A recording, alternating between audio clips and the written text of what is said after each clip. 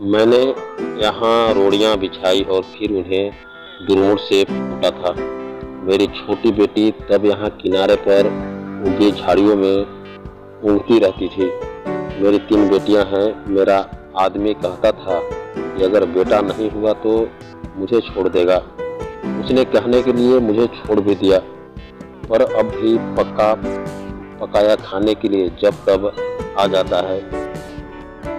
चिकनी चुपड़ी बातों में भी करता है। मैं सब समझती हूँ, फिर सोचती हूँ चलो मेरी बेटियों का बाप है। कमाल है, जिन बेटियों से वह छुट्टी चाहता था उन्हीं बेटियों के नाम की थाली में उसे परोस देती हूँ। वह समझाता है बेटियाँ बोझ है। मेरी तीनों बेटियाँ सांवली है, उनकी काली आंखें हैं, बड़ी बड़ी पक्के जामुनों जैसी और हाथ बड़े फुर्तीले हैं, खूब काम करती है।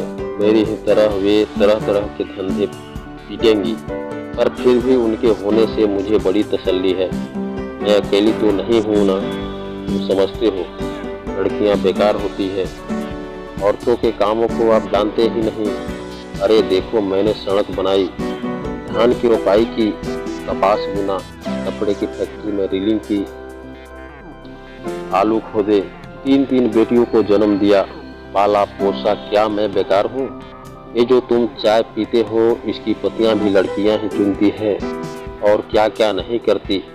इतने धंधे औरतें करती हैं कि गिनवाने मुश्किल। और तुम्हारा ये सूटर कोई 1 पाउंड का होगा। 1 पाउंड इतनी होती है कि दिन रात लगाकर 3 दिन में उसका सूटर बनता है, जिसके मुझे 12 रुपये मिलते हैं।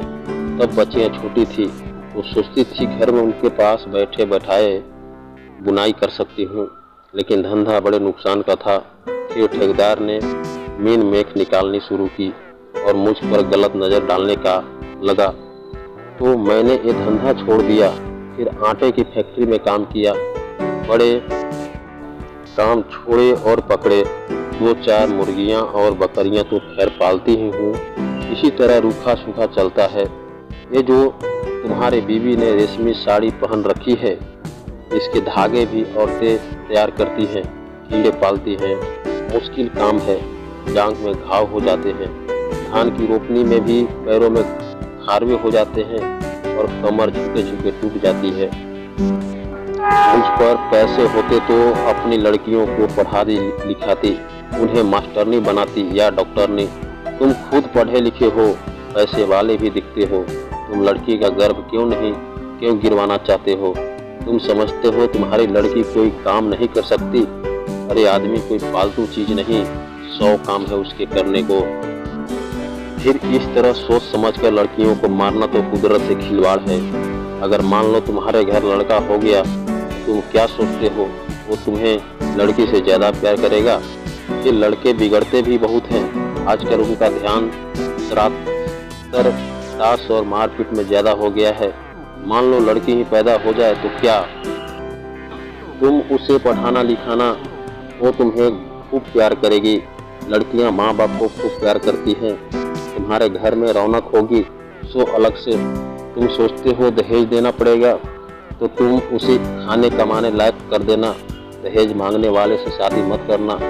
हो सकता है आप ही ऐसा लड़का मिल जाए जो बिना दहेज की शादी कर ले। अगर न मिले तो क्या, वो कमाएगी खाएगी और तुम्हारा सहारा बनेगी।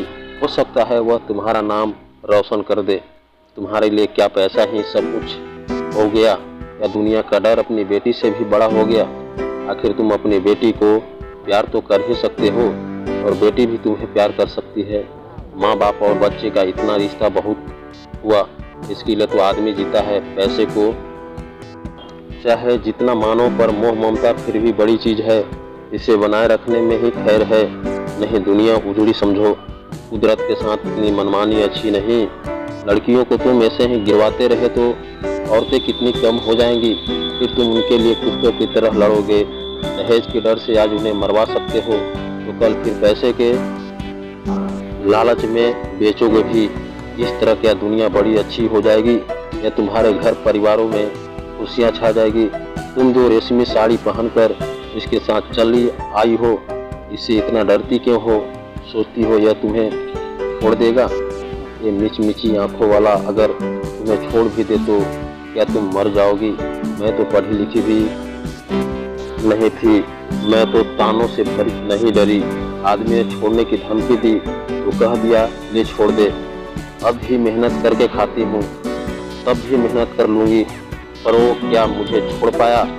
हम औरतें बड़े कम काम की हैं, हमें ऐसे ही छोड़ सकते हैं। परिवार की जरूरत तो इन्हें भी है, नहीं तो हाँफते हाँफते मर जाएंगे, कोई पानी देने वाला भी नहीं मिलेगा। मैं तो कहती हूँ बेटी भी पैदा करो, दहेज भी मत दो और डरो भी मत। देखना दुनिया ऐसी ही चलेगी, इससे अच्छी चलेगी। दाब धौंस कुछ कम ही होगी। मेरी बेटी ने कढ़ाई सिलाई सीखी है, वो न होती तो फिर क्या था? मैं तो दुनिया में धंधा पिटती मर जाती। अब भी मेहनत करती हूँ, पर मन में खुशी भी है। मेरी 3 लड़कियाँ खूब हुनर वाली हैं, कोयल जैसी आवाज़ है, उनके सुनने से थकान मिट जाती है। न करे कोई शादी, अपनी ज़िंदगी भाड़ में बनाएगा, और जो शादी करेगा तो भगवान का होगा। चलती हूँ, ये ठेकेदार आता दिखता है, आंखों से कम सूझने लगा है। ये जो लिबर्टी सिनेमा है, न इसे गिराना है। मालिक यहाँ पूरी बाजार भर दुकानें बनवाना चाहता है। यही मलबा धोने का काम करूँगी।